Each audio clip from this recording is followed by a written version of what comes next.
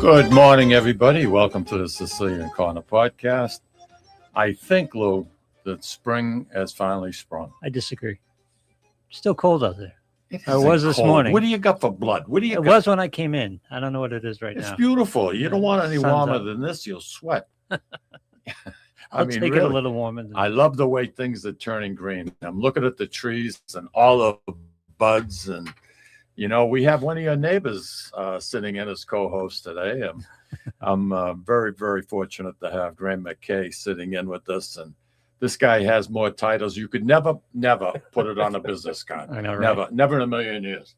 Graham, good morning. How are you? Good morning, Mike. Thanks for having me. So let me get this straight. You're a captain. I am. All right. From time to time. Marine archaeologist. Indeed, again, from time to time when duty calls. A boat builder. Most of the time. Mm-hmm. A graduate of Harvard. A long time ago. Very, very, very good. I like that. And you're the executive director of Lowell's Boat Shop in Amesbury, Massachusetts. And that's one of the reasons why I wanted you to come in and talk to our listeners a little bit about, the history. I mean, we're going to be celebrating, Lou, the 250th anniversary of America. And That's right. 17 years later, Lowell Boat Shop was founded. Yeah. Right on the banks of the Merrimack River, right in our own backyard. And they played an important role in what went on in our area. And it, you know, something to me to keep a tradition like that alive. And we're going to talk about some of the classes that go on with some of the youngsters and high school kids. And, you know, something I think it's fantastic. I love tradition. I love customs. Graham, you wear many hats, like I said. Mm-hmm. Can you tell us a little bit about yourself, where you were born? Sure. I mean, I was born right at Anna Jake's Hospital in Newburyport, Massachusetts. So Anna my Jake's, parents, there's a name. yeah. My parents moved to town to Amesbury in the, I would say, early to mid 70s. My father had just graduated law school, and I think he was working in Boston, and they were trying to find a community that was affordable but within striking distance of the city, and so they landed in Amesbury. What a nice community. Yeah. I just love it because it's so quaint. And you and I agree on one thing. Just one. For just one. That's it. For Italian food, where would you recommend? If I were going to go get Italian, I would go to Ristorante Molise. Yeah. There you go. Yep. Antoinetta and Elisa's sister. They run a first-class operation. And it's as traditional Italian food as you're going to find in the area. Yep. We're very blessed. We got some great Italian restaurants around us.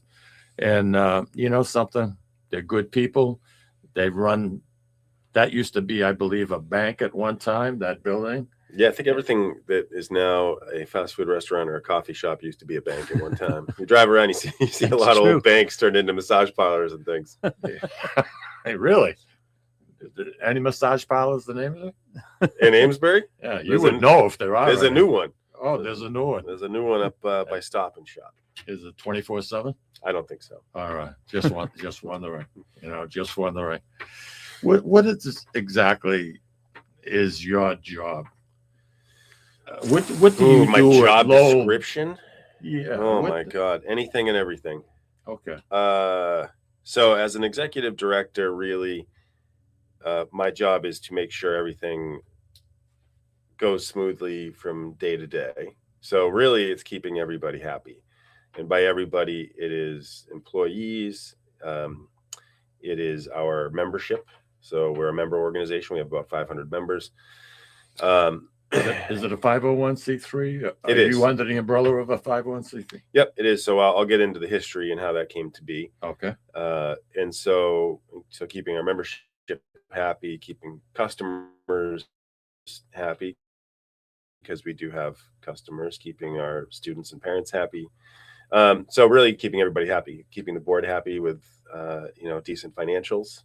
That is also a daily job of mine. So people ask me this all the time. What's a regular day? And there is no regular day. You know, you're walking in before we got on the air here. I got a phone call. I'm trying to line up a a contractor to come fix our fire suppression system, and I need to coordinate an electrician now. So that's today's phone calls as soon as we're done here. But I like it.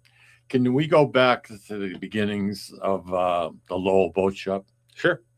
So, I mean, the beginnings of our operation is 1793. That's what it says on the sign. Imagine that. Simeon Lowell, who was our founder, he purchased the present property in 1793. So prior to that, during the time of the Revolution, he was building in Amesbury already, just a little bit over, if anyone knows Amesbury, over on the Powwow River, sort of by the new restaurant that they're building now by Amesbury Point.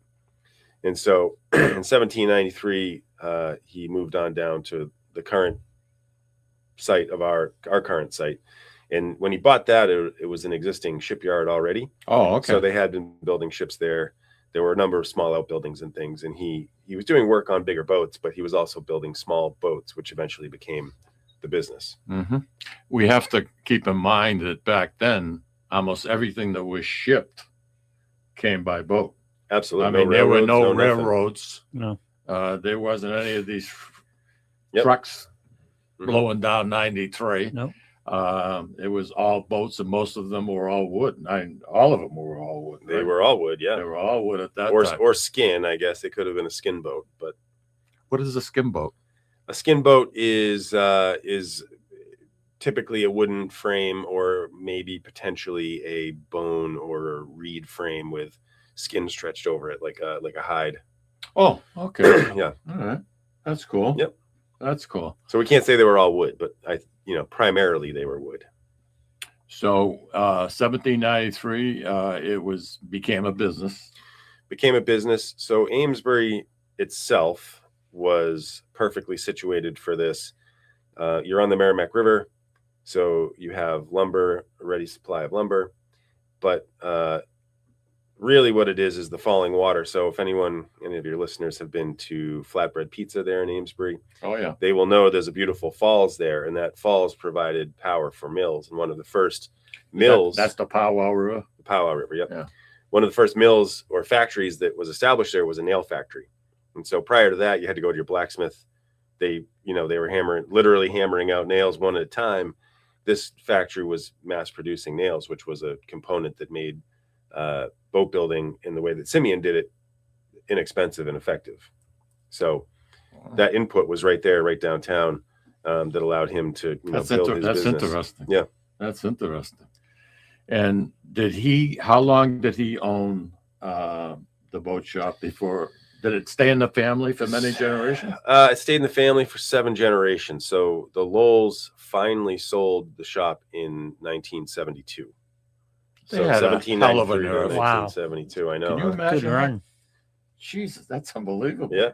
I mean, correct. I keep mentioning a lot of times about Vegas, and you have a hotel that's built and it's 40 years old, and they imploded. Yeah. And they built a new one. I mean, Jesus, you talk about history. You talk about history of this country. You have to keep in mind what was going on at that time, and Lowell's Boat Shop really fit that particular niche in our local area. And so in the 70s, who took it over? So in the 70s, there was no real Lowell heir apparent, and fiberglass was coming in. And so the writing was kind of on the wall as far as the business was concerned. And so they sold it to the Odell family. And when they purchased it, Mac Odell, he was a retired banker, and he was basically he saw the historical value of it, and his main goal was preservation. But he also maintained the business and kept building, and they did so until 1990. And then at that point, the shop ceased to be a quote unquote commercial boat shop and became a working museum. That's what you consider it now? That's what we consider it now, as a working museum. Do you still make wooden boats for sale? Absolutely. Okay. Yep. So, I mean, you do have a limited market.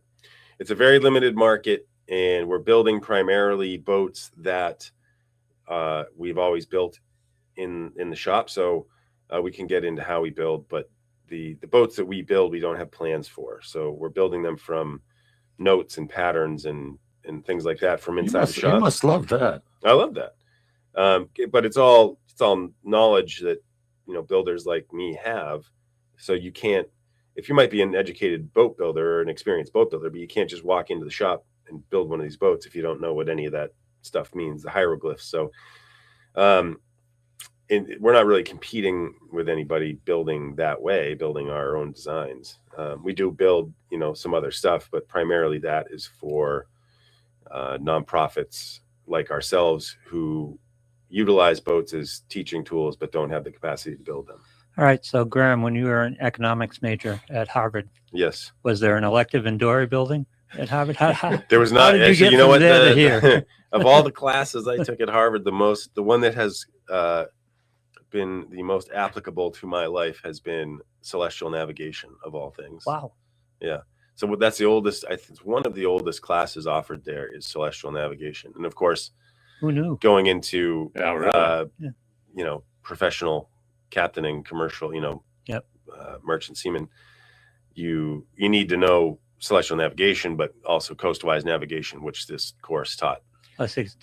Describe the paths from Harvard to the Low boat shop, because it's a fascinating It's concept. like Candyland. Yeah. Go around the corners and down the slides. So, this interest in boats had existed much, long before going to Harvard. So, I got to attend Harvard because I was a decent baseball player back in high school, and so I was recruited to play on the baseball team. What at Harvard. position? I was a pitcher. Okay. Pitcher Because and you're an a big infielder. guy. You're tall. Yep. Yep. Get the build. So I played baseball there at Harvard, but I was always interested in boats, and it's really interesting. I was a bit naive back then, and it didn't occur to me that getting out of Harvard when you graduated that you might go work at an investment bank and this. So I just did what I wanted to do, and that was boats. So I left Harvard.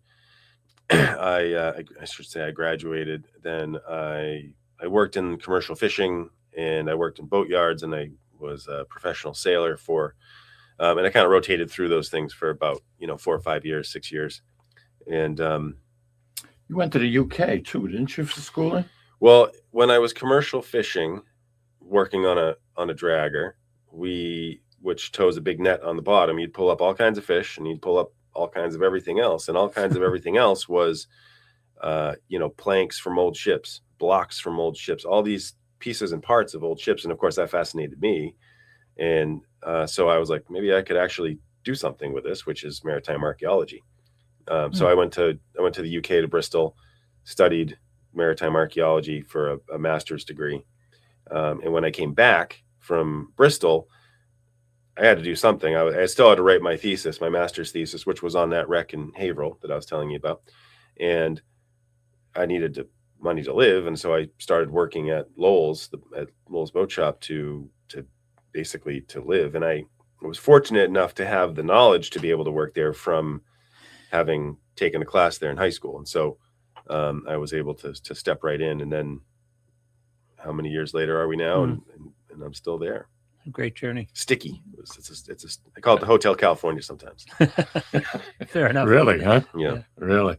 I'm amazed that at almost 300 years that business is still there. Yeah. And the reputation that they created through that. You had Henry Ford, because Lowell was one of the first places to kind of use an assembly line to build, like especially the dories and whatnot. Yeah, it was a mass production. It was a mass production assembly line, and so Henry Ford was said to have visited, which is plausible because he was also likely visiting town, meaning Amesbury, because Amesbury was producing automotive parts, car bodies, things like that were then being shipped out to Detroit. And so it's likely that he came to visit those factories and also stopped by Lowell's and saw the assembly line process. But, we at the shop, turn of the century, 1900, the shop was producing 1,700, 1,800 boats a year, which is Really? exceptional. I mean, that's five a day. Well, yeah. Something like that, 5, 6 a day, which is, I mean, hell, I could build 5, 6 a year, Graham, is there a special type of timber that you use? Like, let's go back to the dories, because that's what you guys are known for. Sure. Is there a special type of tree that you use the wood from? We use all kinds, but yes, we primarily, the hardwood that we are using is black locust, which is, if you drive along the Merrimack River, it's all you see. Okay. The kind of squirrely trees with the thick gray bark. When they're young, they have thorns on them. What did you call it? That's black locust. What do you call it? I don't know. I call it a tree. Oh. What do I know? What do I know? I didn't go to Harvard. Okay, well, it doesn't I went matter. to Lawrence I didn't go to arborist school either. Lawrence High, baby. Lawrence High. But it was, I found that segment about Ford coming to the Lowell Boat Shop to study how it was a mini assembly line. Mm-hmm. And many people felt that when he started building the Model T, that was something that he got the idea in his head from. Yeah. To do that, because it saves an awful lot of money and you could push out a lot more product.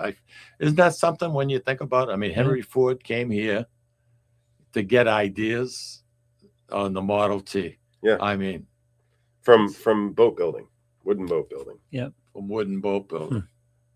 I still love the name of the tree. Locust, black locust. Where's your supply coming from? You are out cutting down trees on the Merrimack, or what? I mean, yeah, it's that simple. I mean, the stuff that we're working with now came literally from the hillside across the street from the boat shop. One of our neighbors had a bunch of trees taken down, and we had them all milled up. I just put a piece in a boat that I'm building, and that piece washed up on the shoreline at the boat shop. It was a this time of year especially, the winter ice has pulled trees that have fallen into the river up here in Methuen and Lawrence and all, into the river, and they end up floating down and they fetch up in front of the shop. And so you can get a nice big locust tree with the roots, and with the roots, the trunk comes down and then takes a 90-degree turn. And that part is especially useful for boat building. So, yeah, literally plucking it out of the river. So you have everything shipped out.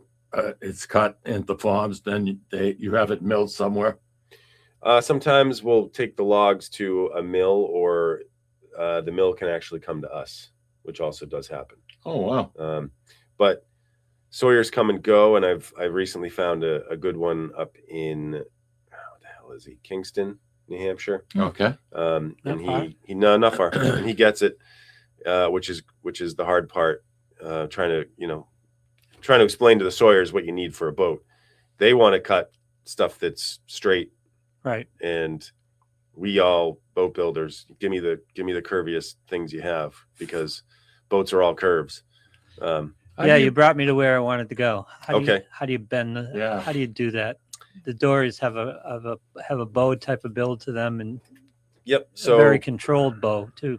Yeah, the shape, when people look at a wooden boat, they love wooden boats because they're aesthetically beautiful. Yeah.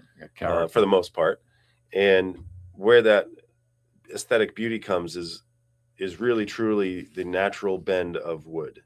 And so for us to build a dory, you bottom with a framework on it, and it looks like an undecorated Christmas tree when you start. It's lost all its needles, and then once you start bending planks around and the shape, the bend of those planks becomes visible, then it really starts to look like a boat. And so bending, it's rare that we have to use steam. It depends on the type that we're building, but for a dory or a skiff of the type that we typically build, you just muscle it into place and nail it on. Oh, I see. And that was because, mass production, they couldn't waste the time, the energy steaming planks. And so the planking for a dory is 9/16 of an inch. It's my dad. 9/16 of an inch thick. And so it is that thick because if it were 5/8, you wouldn't be able to bend it around the frame. And in that span, it's bendable. in the spans that you're doing. Yep. Yeah. Yep. So you just physically nail it down and it eventually bends? Yeah, you clamp it on and it, you know, it'll make that bend at 9/16. Yeah. So you have skilled carpenters working with you, more or less, craftsmen? Yep. So I'm a halfway skilled one, and then we have 2 others who are skilled boat builders who are there, you know, working on boats every day. And they have to have the passion and the love for what they're doing. So, yep, absolutely. I mean, there's something to be said about sawdust and the smell of sawdust. It gives me a rush. It's really just rewarding to step back and look at a boat that you made. And I'm sure. And I'm sure. Or more so, you know, actually go out in it. Listen, we're going to talk a little bit more, but I need to take a break. Okay. All right, Louis, why don't you take us out, pal? And we come back. We're going to continue our conversation with Graham.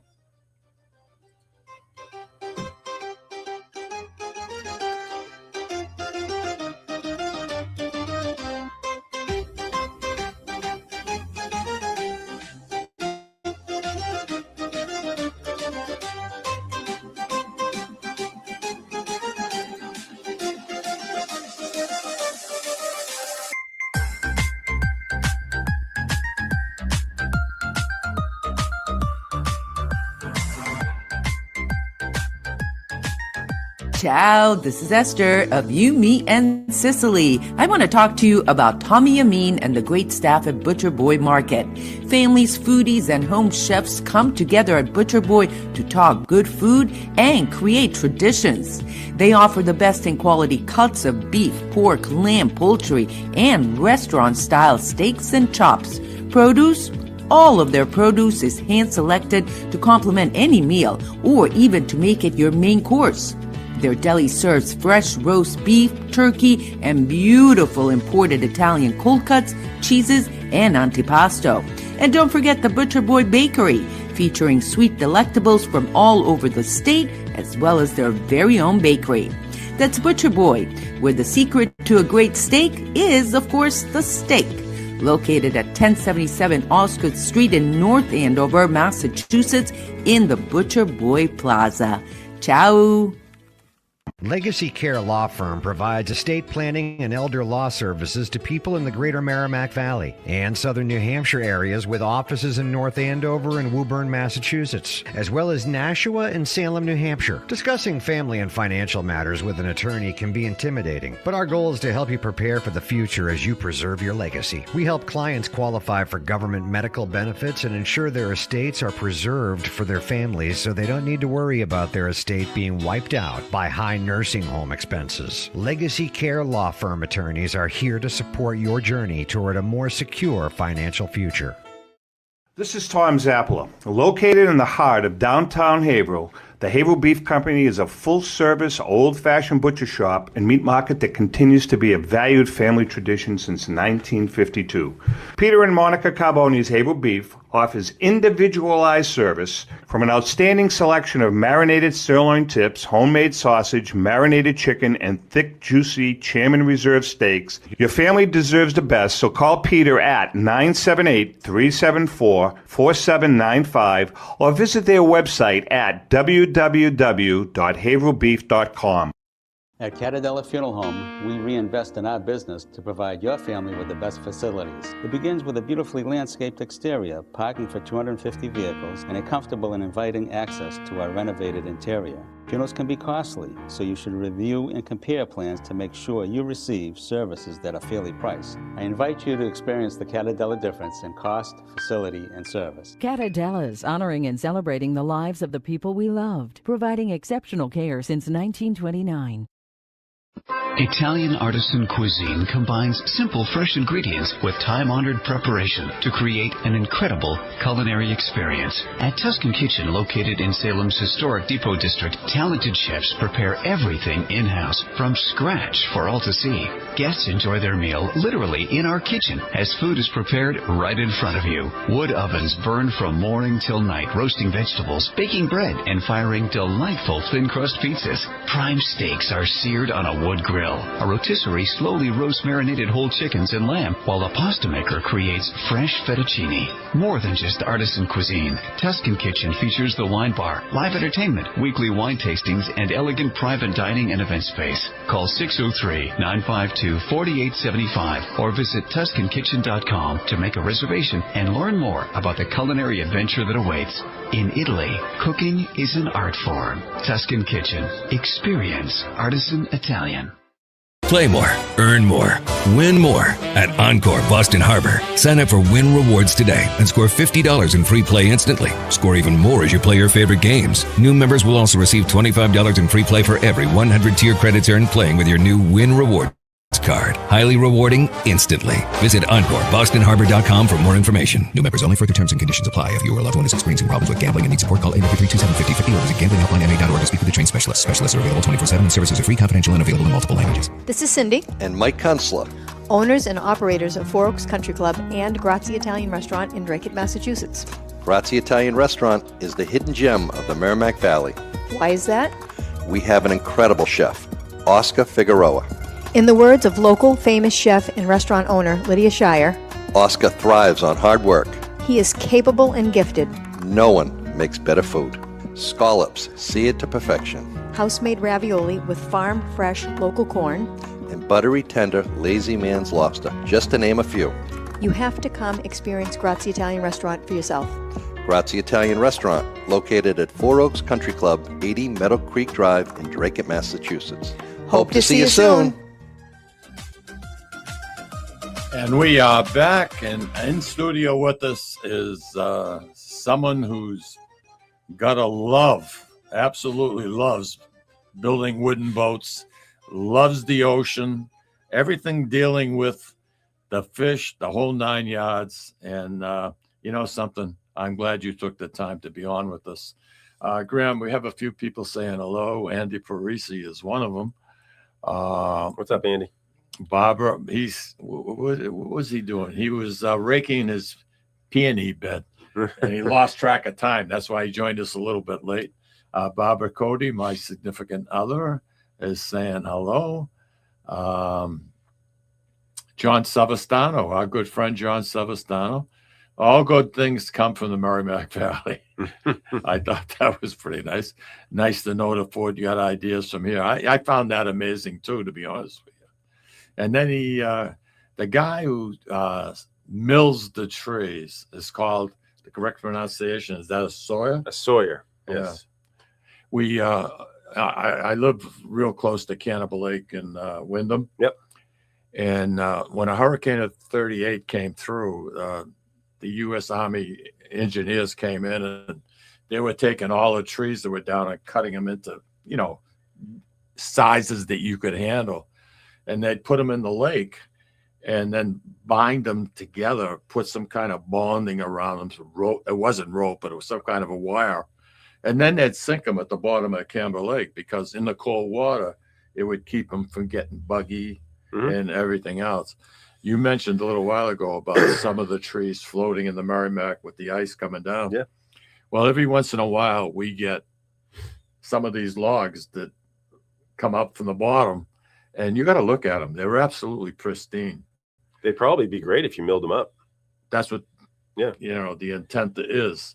The signs in Wyndham when you're driving down 111, that was one of our businessmen, Al Letizio, spent the money to have a crew go down and get some logs and had it milled. And the signs that you see on 111 all came from that. Oh, really? Yeah. There's a business now of... they used to do these log drives in Maine and places, and they'd cut a bunch of logs in the winter, and they'd dump them in the river in the spring, and then they'd run down river and end up at the mill where they'd get cut. Yeah. But some of those logs fetched up, didn't make it, sunk in the lakes, and they've been harvesting those because the wood is still pristine, perfectly good. Yeah. Yeah. I mean, I was looking at one. I like to walk down by the lake as often as I possibly can, and there was one, and it actually came ashore because we were pretty windy one day. Yeah. And I really got real close to it and looked. I couldn't believe how old. It's the cold water that preserves. Yeah, there's maritime archaeology. There are these mashoon. And so a mashoon is a native canoe, basically a dugout canoe.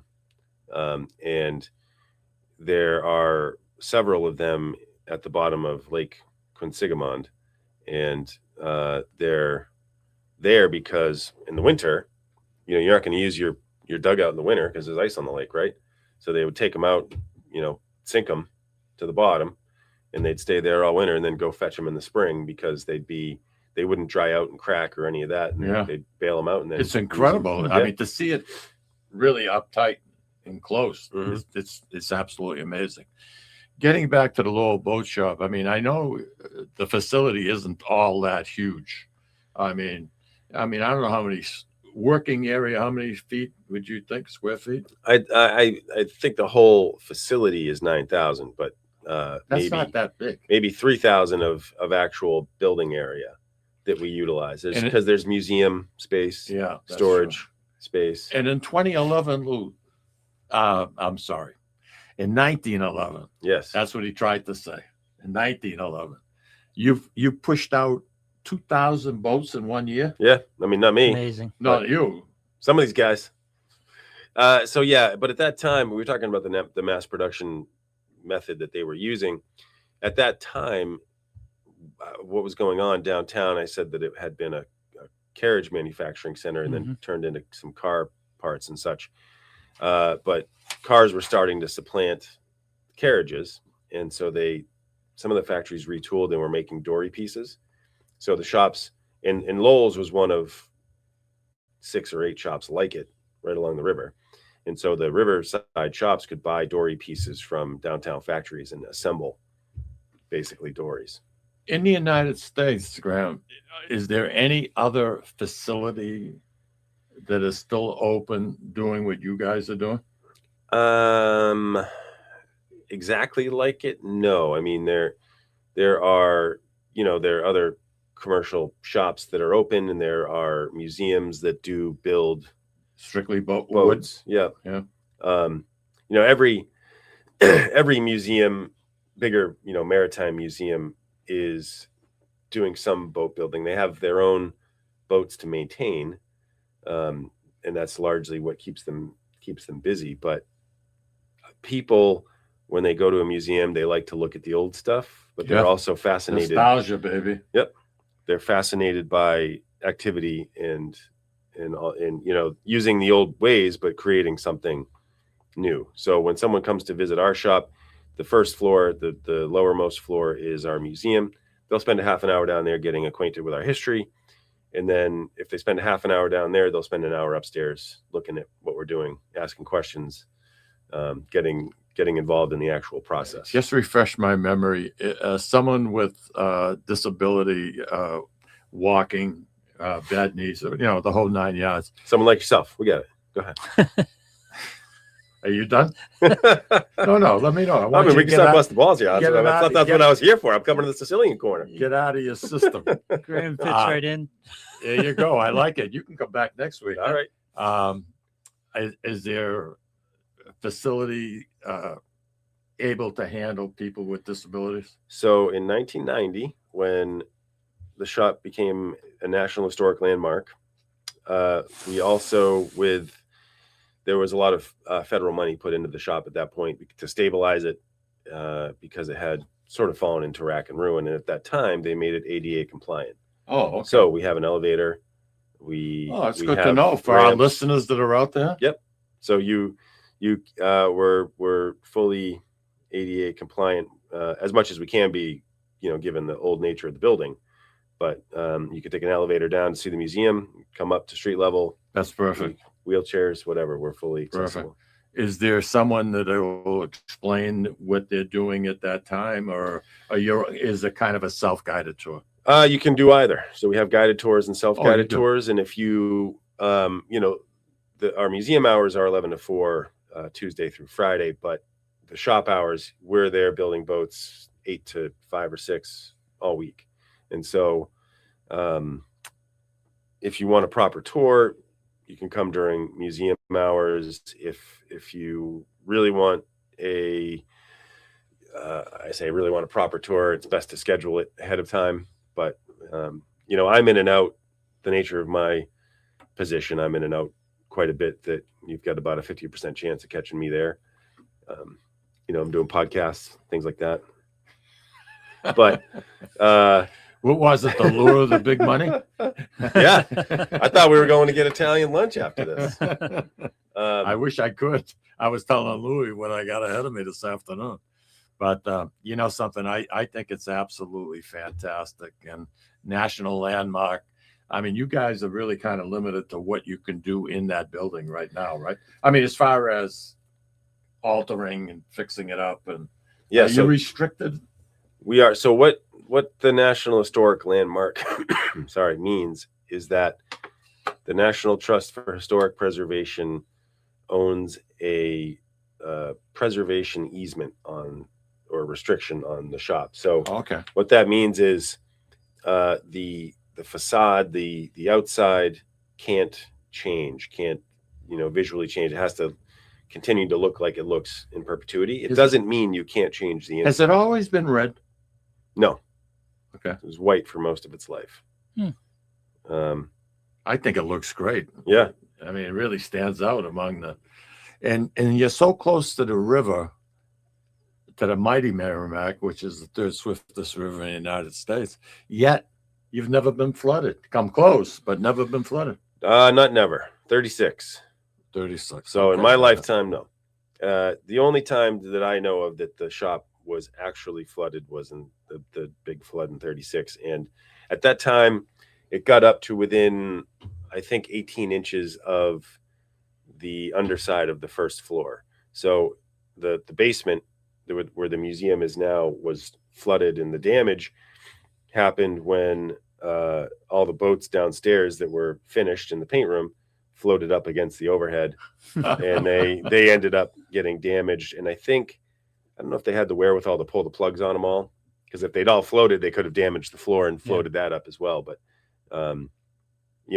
from the reports that I have seen, the historical accounts, they opened the doors and the water came in, and they opened the windows and the water went out, and it left the building itself is not terribly tight on a windy day. So the wind blows right at that riverfront facade in the winter, the northwest wind, and the building is so not tight that the doors on the roadside will blow open as the wind just blows through the building. So you're heated with wood stoves, but if you get more than a few feet away, you heat that big area with wood stoves?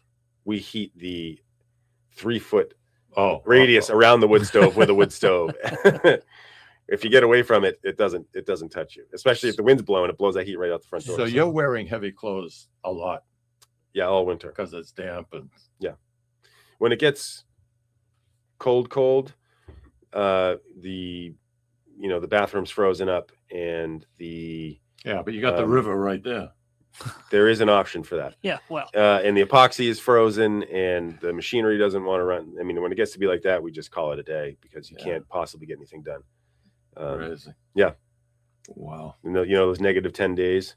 Yeah, I hear you. It's just you can fight it and get something done, but your efficiency is so low that it's not even worth trying. I hear you. Yeah. Obviously, you're very involved in maritime history, and in my town, Newburyport, they still are attached to the maritime history to an extent, but it's mostly recreational boating now, and Amesbury has moved on in a couple of different areas. What are the important stories about maritime era in Amesbury and Newburyport that we need to keep going? Well, that's pretty broad. Yeah. Well, I think the point that you made is that pretty much all boating that happens on the river now, from the mouth all the way up, is recreational. Yep. And I think that people, but it used to be lifeblood. Yeah, doing that, lose sight of the fact that it was a huge maritime highway. I give a lot of presentations on the shop to various communities, and one of the photos that I show is a picture taken from across the river of Amesbury, of where the boat ramp is now in Amesbury, and there's a big 3-masted schooner tied up taking coal out. There's a tug towing another 3-masted schooner by, and there's one anchored over here taking out lumber, and people don't realize that whole waterfront was an active commercial maritime waterfront back in the day. Can it still sustain that geographically? Is it still deep enough at that point? It is, but it doesn't make sense now. Yeah. There's no port facilities or anything like that. The last big thing that I know that went upriver was they built an electrical substation sort of by 495 in Amesbury, and they had to move a big transformer or something up there, and so they had to bring a barge up and unload it at the boat ramp in Amesbury because it was too big to go over the road. Yeah. But yeah, commercial traffic really does not flow. I'm excited actually about maybe you've heard this. There's a ferry now that's going to run from Haverhill down to Salisbury. So getting people on that river again. Back in the late 1800s, early 1900s, regular steamer traffic between Haverhill and Salisbury Beach, going back and forth, and you still see pictures of it. The steamer Merrimack. That's what people miss: the size and the amount of traffic and the size of the boats that were running up and down that river at that point. Yeah. Yep, absolutely. And so it could still sustain it, although. So we at the boat shop, I'm involved in a lot of tall ships, and I always want to bring bigger sailing ships up as far as the shop, just even for people to get the sense that this is possible and this is what the waterfront used to look like. But Interstate 95, the Eisenhower interstate system has harmed that. You have to have a 54-foot or smaller mast to get under the highway there. At least the beams aren't falling on the boats. No, not like it was. Since they rebuilt the bridge.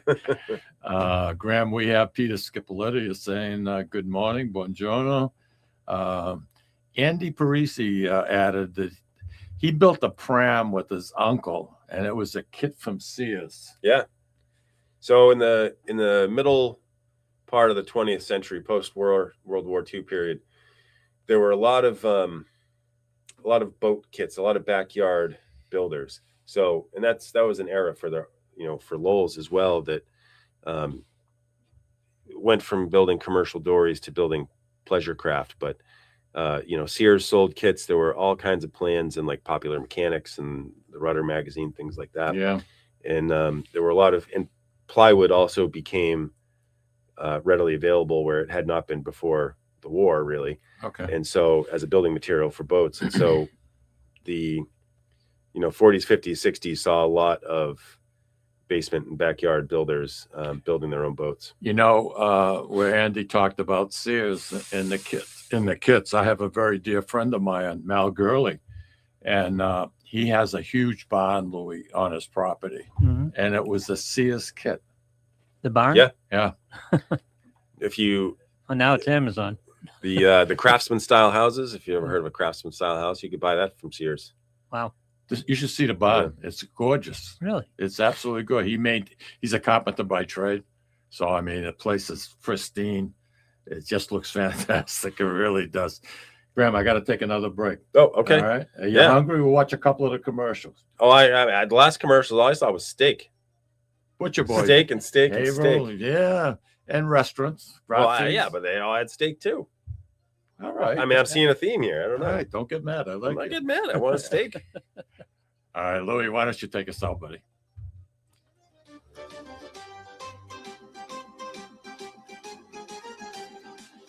Oh, this is Esther of You, Me, and Sicily. I want to talk to you about Tommy Amin and the great staff at Butcher Boy Market.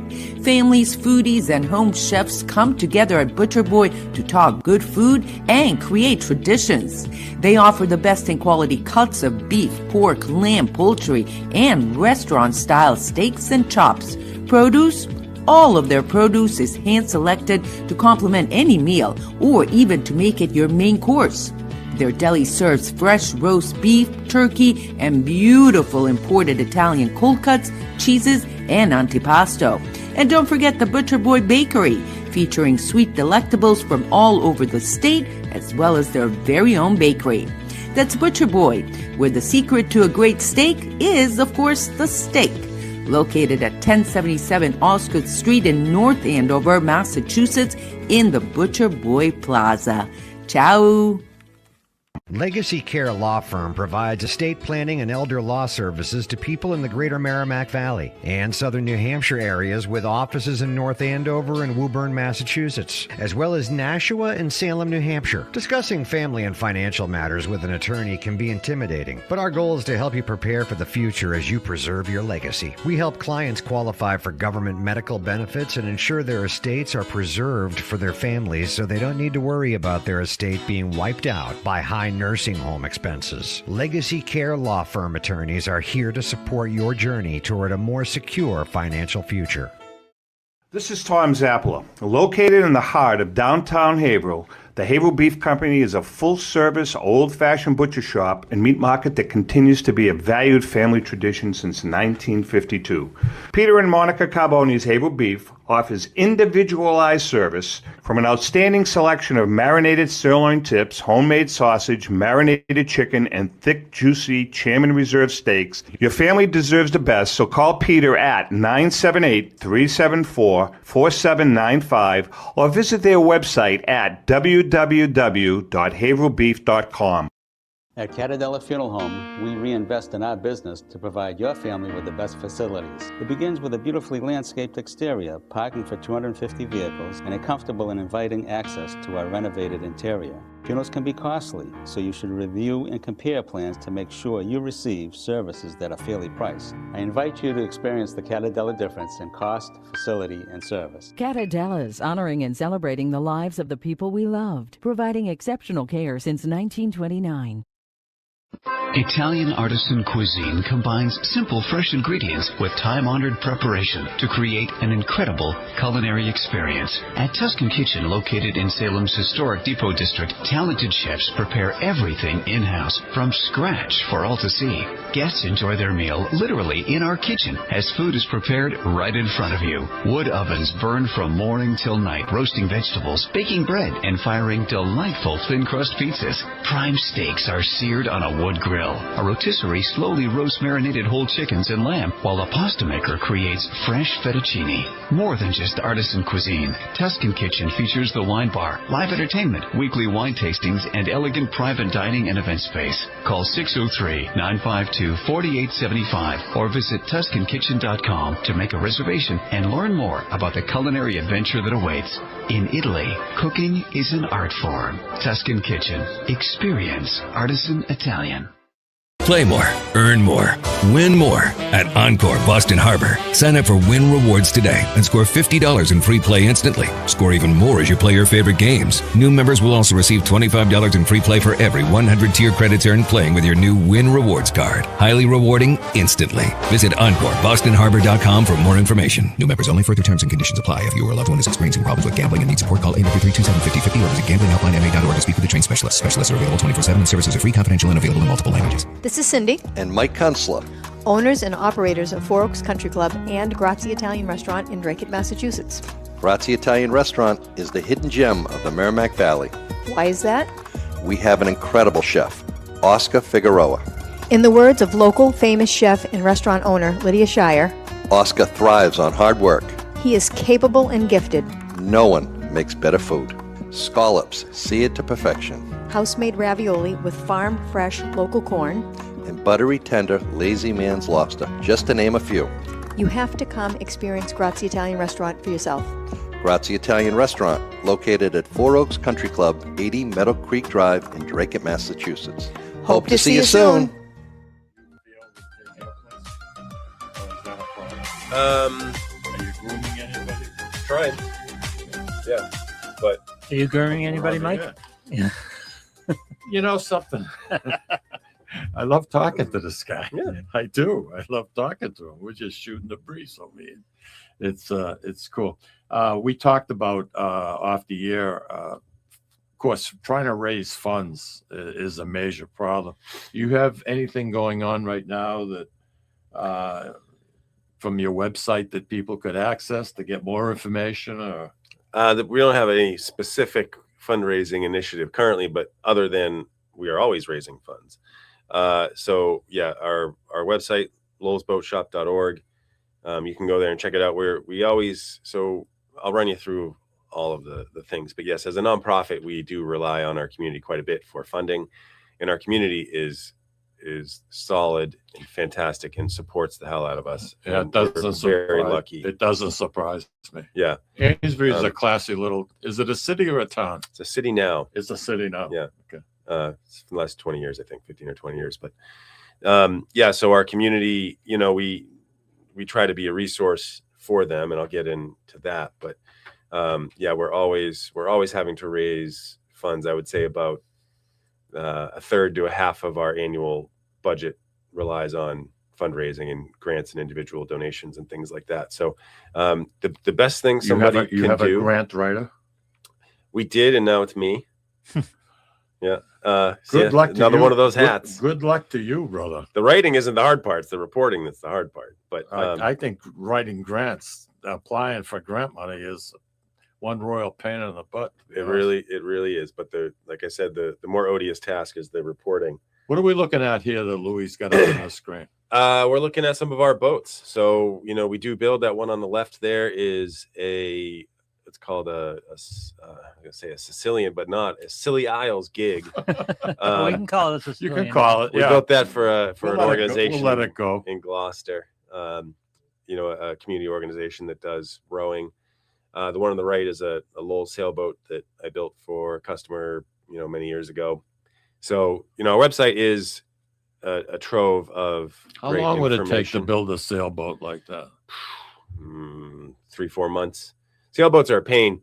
You get the hull done, and then you start to get the feeling that you're done, and then you got to make all these little pieces and parts that are intricate and take all kinds of time. Oh wow! Where Yeah. would we be most surprised to find a boat from the Lowell Boat Shop? Oh boy, it's a long time now. Pretty soon after I started, I built a boat that went to Hong Kong, sent it to Hong Kong. God, wow. Yeah, a couple of years ago, I sent a boat over to Ireland, Look at that, huh? yeah, they're all over. Wow. So this one particular photo, you're looking at some of our youth programs. So part of our mission to preserve and perpetuate the art and craft of wooden boat building is to teach younger students. And so we have an apprentice program for middle school and high school kids, and they'll come after school 3 days a week and build and rebuild boats. But really what they're doing is joining the community. And so for a lot of these kids, they'll get their first car and it'll be a beater, and we'll teach them how to fix it.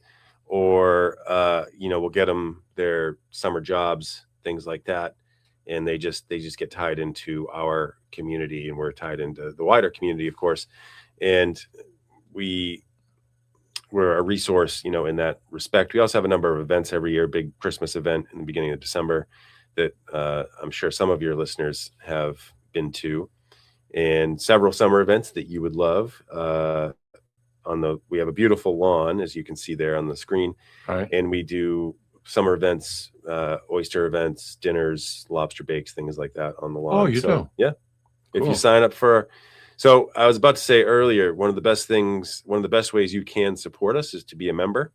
And if you become a member, you get a heads up when we're having dinners and things like that. So if you don't want to go that far, you can very easily just sign up for our emails. Just join our mailing list, and you'll get emails. It'll tell you also all about all of our programs like this. There's a coastal navigation program coming up.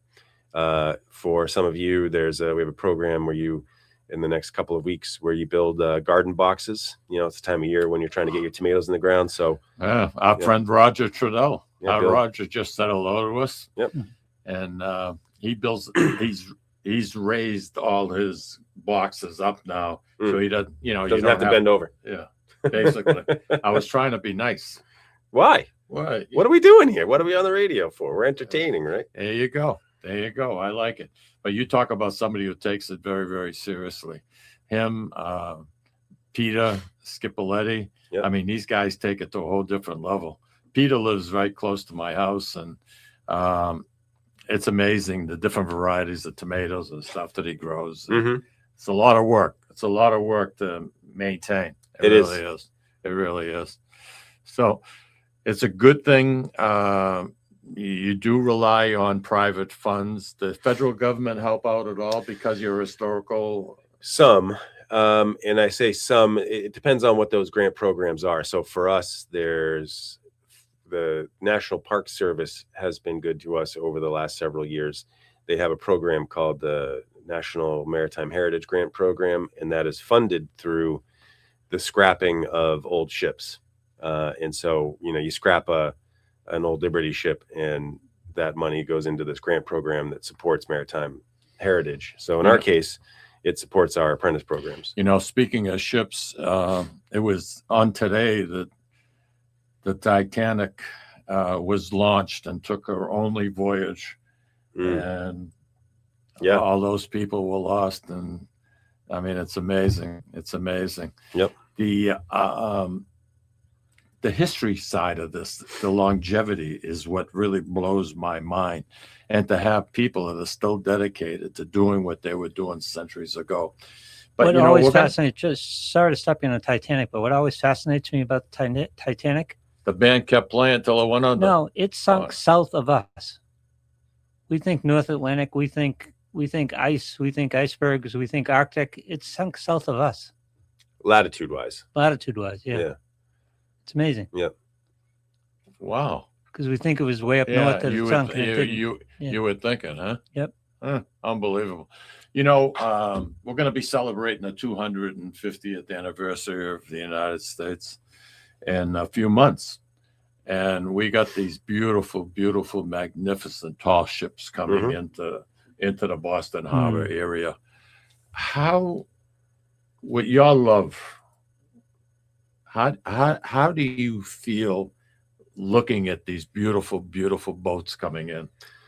I mean, I love it. I'm a captain because I used to work on those and used to run those boats. So for me, it's one of my favorite things in the world. And I'm bummed that it happens so infrequently, but it is no small amount of work to get 24 countries to get them all organized into one thing. But I know it's a nightmare parking and a nightmare, trying to get a seat to look at them. But it's I think, for young kids, it's one of the best things you can show them to just get their, imagination running. But, for me, hopefully I'll be in among it somehow. But I love seeing the ships. I love seeing them sailing and all of that. But one of the best things is you get all these ships in one port and all the crews come together. If you're in and around Boston at that time, go to the Black Rose, go downtown, and you're going to find all kinds of sailors from all around the world having a good time. I know. Yeah, you're right. And it's a different kind of experience, but occasionally they'll have tall ships in Newburyport. And you walk State Street, Newburyport, and look back over the tops of the buildings and see the masts and get an idea what it was like in the 1800s. Speaking of that, I can plug this. So I believe it's July 19th. Back in the Revolutionary days, the Declaration of Independence was read in Market Square in Newburyport. And so, July 19th. So this summer on July 19th, we're going to recreate that in a company with the Museum of Old Newbury. And this is funded by the Mass Office of Travel and Tourism. And so a horse will ride the Declaration of Independence into Market Square, and it'll be read in front of a number of people. And then some tall ships are going to make their way into Newburyport and have a little battle right in front of the boardwalk. Oh, what a great event. So I like it. Sign up for our newsletter, sign up for the Museum of Old Newbury, but also, our social media pages. We have a very active YouTube page. Actually, I do a monthly walk around in the shop that gets a lot of interest on YouTube, Instagram, all of that. Those are our main. We've focused on that in the last several years, the socials, because that is how you're going to get young people. You were asking me during the break, is there anybody around that's going to take over what I'm doing? And I keep hoping. We've only been at it with these kids for about 15 years, and they need to get on a little bit. But I'm hoping before I die, somebody can show up and pick up the flag. Hey! I mean, it's a ways off, but so when these Gen Z kids are 80 and they're doing Mikey's show here, we're doing the Sicilian Corner for the 100th anniversary or whatever. There you go. What are they going to talk about your era of the Lowell Bulk Shop? In 80 years? Yeah. I hope they're saying that very little has changed. Yeah. And I think that is what we're trying to do, is change very little, but also stay current. And that is a hard thing to make do. it accessible to current people currently. Correct. Yeah. Correct. But people want to go see the old building, the old ways and all that. And we're trying not to change any of that. But what we're trying to do, we keep doing different programs. We keep modernizing things like that to have things that people actually are interested in and want to see and do. Sounds like a game plan to me. Nancy Patera DeMarco is joining us late today, but she says good morning / afternoon. So she's covering all the bases. Yeah. Good afternoon, Nancy. Thanks for coming. Nancy's a sweetheart. She really is. She likes listening to us on the demand. And by the way, folks, we are on demand 24/7. You can listen to us on YouTube if you missed part of the show. If you like to watch Graham and what he had to say again, just go to YouTube, go to Facebook. We're there, brother, 24/7. Hey, brother, we're running out of time. Thank you. Thanks for having me. This is a blast. Anytime. All right. I find you a breath of fresh air. Really? I don't know when you sleep. I didn't even bathe this morning. I didn't want to say that on the air, but It's metaphorical, Graham. Yes. But hey, listen, guys, next week, guess who's going to be coming from Sicily and is going to be sitting in Graham's chair? Al Zappler. And we're going to talk about when he decided, what made him decide to move and live in Sicily all these years and to come home just a couple of weeks out of the year. That's a big transition. It's something that you really got to give a lot of thought to. Yeah. But I'll be honest with you. We see him on Facebook a lot, and he's got a show called You, Me, and Sicily, and it's absolutely incredible. Is a significant other, and something. The guy looks fantastic. He looks better now than he did. He's happy. He's happy because he's living in Sicily. Yeah. I mean, manja, Papa. Manja. Hey, listen, everybody, have a wonderful. The weather's changing.